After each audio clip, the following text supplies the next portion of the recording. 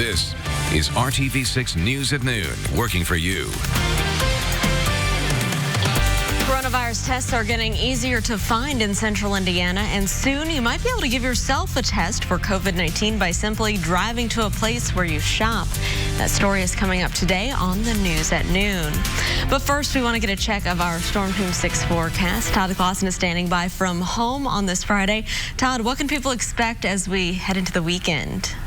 You know, we're going to maintain the chance of showers and storms in the forecast, Lauren, not only today, but in the coming days ahead. So even into Saturday and Sunday, there will be storms, but no day is going to be a complete washout. That is the good news. Let's take a live look at Storm Team 6 radar. And you can see that there's a little bit of rain out there, but it's not super widespread. We'll go into some northern locations here, a little band of heavy rainfall in Frankfort, as well as the Kokomo area, and then for Peru, back down just to the south of Delphi, and then some scattered showers that went through Bedford and now pushed towards Seymour. So there's not a ton of rain, but where it is raining, it's coming down fairly heavy. And then as we look back off to the west, there's really not a whole lot going on. So the afternoon and evening is definitely not a washout. There will just be these spotty storms off and on and showers throughout that time frame. But I do think once this little wave of rain goes through, we could get into a little bit of sunshine here throughout the afternoon hours, and that'll help to boost these temperatures. We are sitting in the 60s and 70s right now. As we go throughout the remainder of the day, we should be able to get up to about 72 to 75 degrees in most locations, with less in the way of rainfall late tonight, and that'll carry over into your Saturday. Saturday's the better day of the weekend, Lauren. We'll talk more about that coming up in just a little bit. All right, Todd, thank you. Well, they were difficult to come by for a while, but now getting a coronavirus test is getting a lot easier. Today, 6 new COVID-19 testing sites opened up at Walmart stores across central Indiana. Our Kelsey Anderson paid a visit to one of those drive-through testing locations on the north side. We've got over 100 sites currently in the U.S. Kevin Thompson is the Director of Public Relations and Public Affairs for Walmart. We're just looking to play a role in the community and support the state and local leaders to help promote testing in the community. Today, Walmart, along with eTruth North and state and local officials, opened up 6 new testing sites in central Indiana. These testing sites are for people who meet CDC guidelines on who needs to be tested. That includes first responders, healthcare providers, people with symptoms of COVID-19, and those who are in high-risk groups without symptoms. Those interested in being tested need to visit doineedacovid19test.com to see if they're eligible for testing and to make an appointment. You must have an appointment to get tested at these Walmart locations because times are limited. They are only doing them from 7 to 9 a.m. Monday, Wednesdays, and Fridays, and there are 6 locations, 3 in Indianapolis, 1 in Greenwood, 1 in Canby, and 1 in Paoli. So we're looking at about 40 folks, testing 40 folks from 7 to 9. What's different about the testing here is you will administer it yourself. But Market Health and Wellness Director Kunal Patel says a registered pharmacist will be there to help. So they're here to help them, guide them through how to do it in detail. It's fairly simple, so and they watch them as they do it to make sure that they're doing it correctly and answer any questions. Working for you, Kelsey Anderson, RTV6. Kelsey, thank you. Thompson tells RTV6 the testing will continue at these locations as long as it's needed. You can find more information on the tests and how you can make an appointment right now by going to theindychannel.com. And the number of COVID-19 deaths and cases in Indiana continues to rise. Here's the new numbers from the state health department. 42 new confirmed deaths were reported, along with 3 new deaths listed as probably linked to the coronavirus. Those numbers are up from the previous day. The number of total COVID-19 cases also continues to steadily rise, with another 614 cases reported over the past 24 hours. We'll have more information when Governor Holcomb holds a briefing this afternoon. You can watch that live right here on RTV6. It's at 2:30. After being closed for nearly 2 months, Simon Malls in Marion County are open once again today. But if you go, you're going to notice a lot of changes to help the malls meet the 50% capacity and social distancing requirements. You can see some of the changes made at the Fashion Mall at Keystone here. These are some signs on the floors encouraging shoppers to walk in certain directions. Mall officials will be handing out face masks at the door if you don't have them. There's also extra hand sanitizer stations, and the food court and children's play area will remain closed for right now. Castleton Square and Circle Center Mall are open again with those same restrictions. State Attorney General Curtis Hill starts serving his suspension on Monday, but before he leaves office, Hill is challenging part of the ongoing COVID-19 order in Indianapolis and Marion County. The Attorney General sent out a letter to Mayor Joe Hogsett and Dr. Virginia Kane, who leads the Marion County Public Health Department. Hill claims the Marion County's continued restrictions on in-person religious services is unconstitutional. Starting today, gatherings of up to 25 people are allowed in Marion County, but unlike the state's COVID-19 reopening plan, that limit also applies to houses of worship.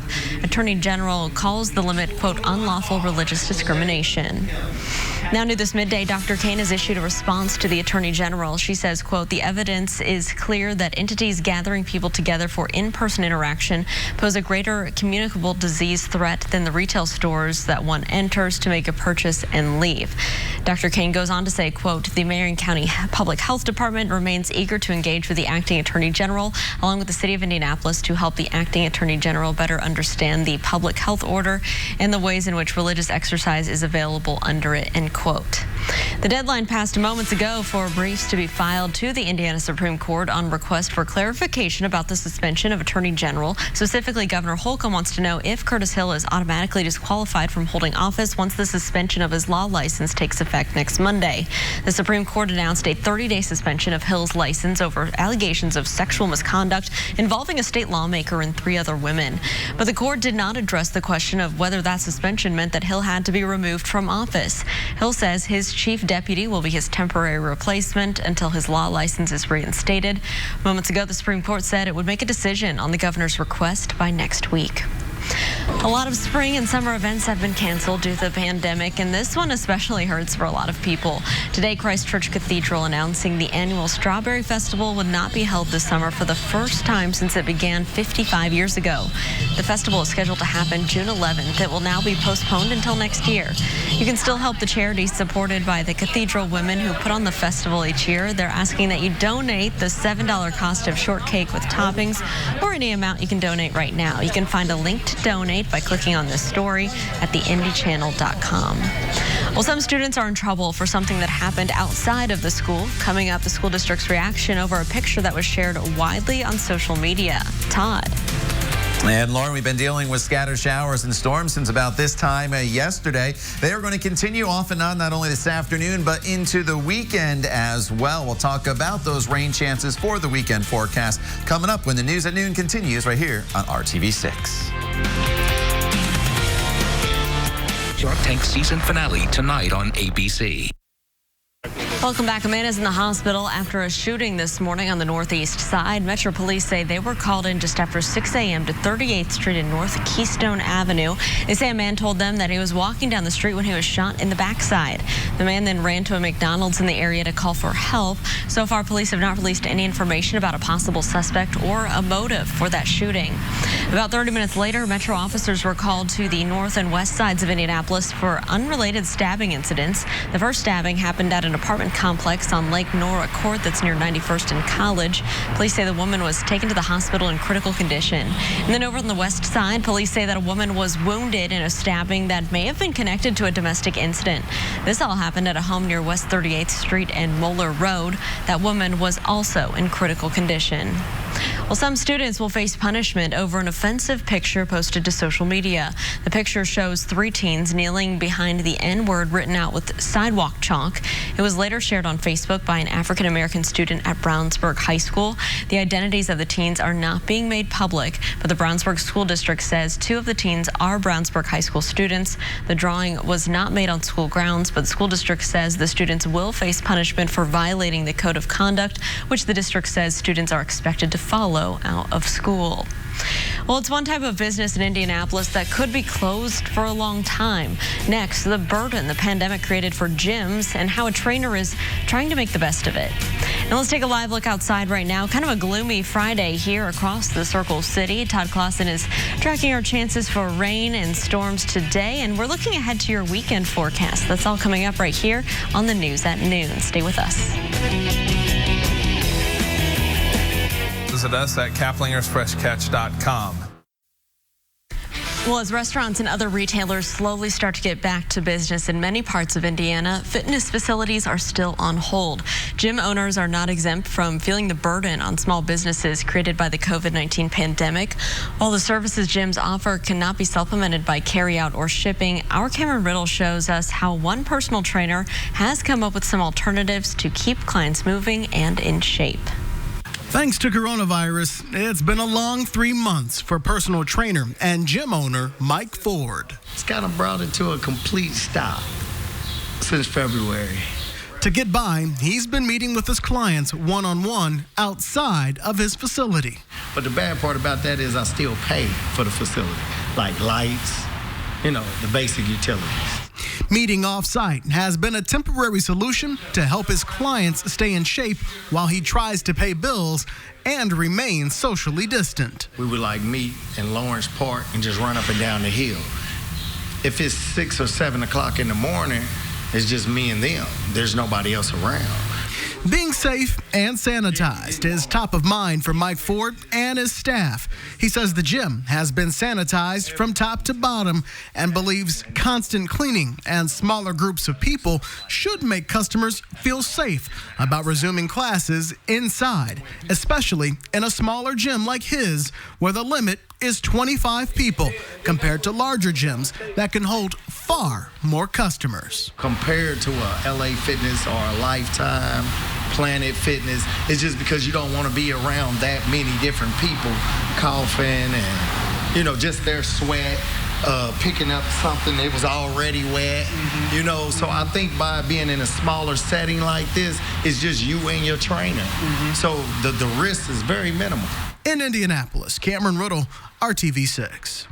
Cameron, thank you. Under Governor Holcomb's reopening plan, gyms in most parts of Indiana are scheduled to be allowed to reopen at half capacity on May 24th. It's still not clear when Marion County will allow gyms to reopen, however. All right, now it is time to take a turn to our forecast. If you're hoping to head outside, maybe for a jog or just a walk of the dog, Todd, what can people expect today? They may need to bring the umbrella.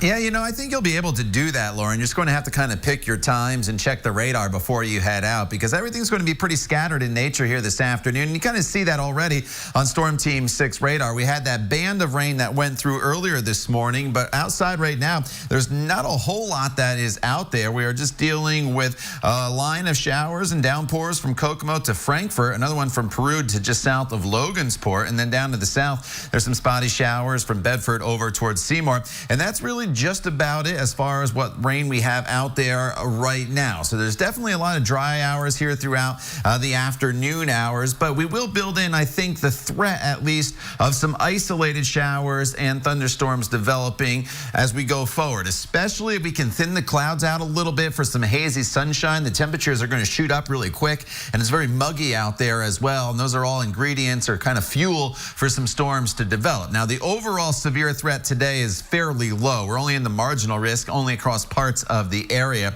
And the biggest threat would be some gusty winds if some of these storms do develop. And of course, some areas have seen quite a bit of rainfall. So I think the secondary threat would be the possibility of a little bit of localized flooding. But this is a look at TrueCast at 4:30 in the afternoon. And you see it's just some spotty rain and showers here and there. It's the same throughout the evening hours. So do not think of the rest of the day as a washout or think of tomorrow as a washout either. So temperatures with the clouds and the showers this morning have been pretty steady in the 60s and 70s, but I do think if we can thin these clouds, we'll get the temperatures up a couple degrees here this afternoon, basically anywhere between 70 to 75 degrees for your afternoon high. Now going forward in this forecast, as we look ahead to the weekend, tomorrow's a day if you see sunshine, and it'll be kind of filtered sunshine, easily getting temperatures up into the low 80s. Otherwise, you're in the mid 70s, and there's the 30% chance of showers and storms on Saturday. Sunday, the showers and storms are a little more widespread. As a result, temperatures will be just slightly cooler, but still above normal. And here's how it looks on TrueCast as we get into the day on Saturday. And most of the rain will be flaring up during the peak heating of the day during the afternoon hours. So it's another day. Yes, there's rain chances. Yes, there's a lot of time to get outdoors. And yes, you have to keep an eye on the radar. And it's going to be more of a steadier rain or more widespread rain as we push into the evening hours and then eventually into the day on Sunday, because Sunday is when the actual front is going to make its way through the area. So the rain chances today, Saturday, and Sunday. Some spot rain chances Monday and Tuesday, and then decent weather as we go into the middle of next week, Wednesday, Thursday, as high temperatures will eventually get back up into the 70s. So you'll have to pick and choose your times this weekend, but you will be able to get out and about. My one disclaimer in this forecast for next week, though, Lauren, there's kind of a tropical system just off the coast of Florida right now, bringing some heavy rain to South Florida today. That's going to slowly make its way up the East Coast. We may have to throw some clouds and cooler temperatures back in, depending what that tropical system does for the middle half of next week. But for right now, we'll plan on some sunshine and temperatures that'll be fairly seasonable. All right, Todd, we'll continue to check in with you. Thank you so much. As the weather gets a little bit warmer, though, you might be in the mood for, I don't know, a strawberry shake, perhaps hot fudge sundae, and Fortville's got just the place for you. They've had to move service outside for a little bit and get some help from a delivery service of long ago, and our Brad Brown explains. On most occasions, ice cream just tastes better outside. People love ice cream.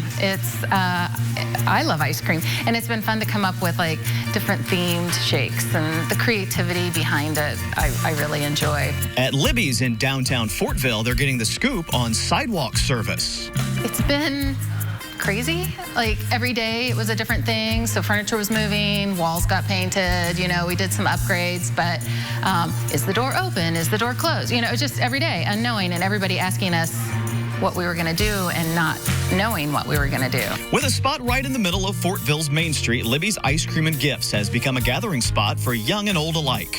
People would come in and sit, and we became family because we talk. Now we didn't have that. They would call on the phone. So we learned to stand 6 feet away and talk through the windows or talk with a crack in the window. And we just changed. We morphed. We made it work. Curbside and outside service has been a big adjustment, but Libby's crew continues mixing up the same tasty shakes, cones, and more. My first concern was, am I essential? And when I would ask several different people, they're like, heck yeah, you're bringing me joy. And so that made me feel better. And there's no shortage of fun with this group. How about some dino delivery? Libby's T-Rex has been helping get ice cream to local merchants and drive-up customers. A good dose of smiles with those Sundays. It's wacky, but it makes people laugh. It's been a great experience to realize that I'm in a village that is really here to support us. Working for you in Fortville, Brad Brown, RTV6. That looks good, Brad. Thank you. Well, this week, Libby has reopened her shop for carry-out only. They're still offering curbside pickup as well, so keep an eye out for the T-Rex. It could be roaming the streets of Fortville again very soon. Well, RTV6 and the Indy Chamber have joined together as we work to protect Indiana businesses during this hard time. You can find more information about the Chamber's Buy Indy effort on our website. Just go to theindychannel.com/open. There you'll discover more businesses that are open, ready to serve you. Well, here's a live look outside right now, a gloomy Friday across central Indiana. We will get one final check of your weather as we look ahead to the weekend with Todd. That's coming up after the break.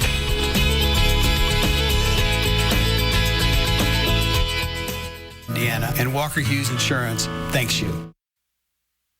While some businesses are struggling to stay afloat during the coronavirus pandemic, Michigan's marijuana industry is actually booming. The Michigan Department of Licensing and Regulatory Affairs says the state reported a record $7.9 million in recreational sales last week alone. And before that, 3 consecutive weeks with more than $7 million in sales each week. Now, before you get any ideas, the state police remind you that it is illegal for you to go to a state where marijuana sales are legal and then bring that back here to Indiana. All right, before we head into the weekend, it's time to get one final check of our forecast with Todd. And Lauren, there'll be showers and storms in the forecast today all the way through the weekend. That is not going to change, but they should be on an isolated basis. I don't think any day is a complete washout. They're probably most numerous as we get into the day on Sunday. We're kind of through the numerous storms today. Then briefly cooler Monday and Tuesday with a stray shower in the forecast possible, then warmer for Wednesday and Thursday. But the disclaimer is there's a tropical system out in the Atlantic that may backlog the weather pattern a little bit and keep the cooler temperatures here a little bit longer. Lauren? All right, Todd, thank you so much, and thank you for joining us and making RTV6 your choice for news. Come back and join us tonight. Have a great weekend.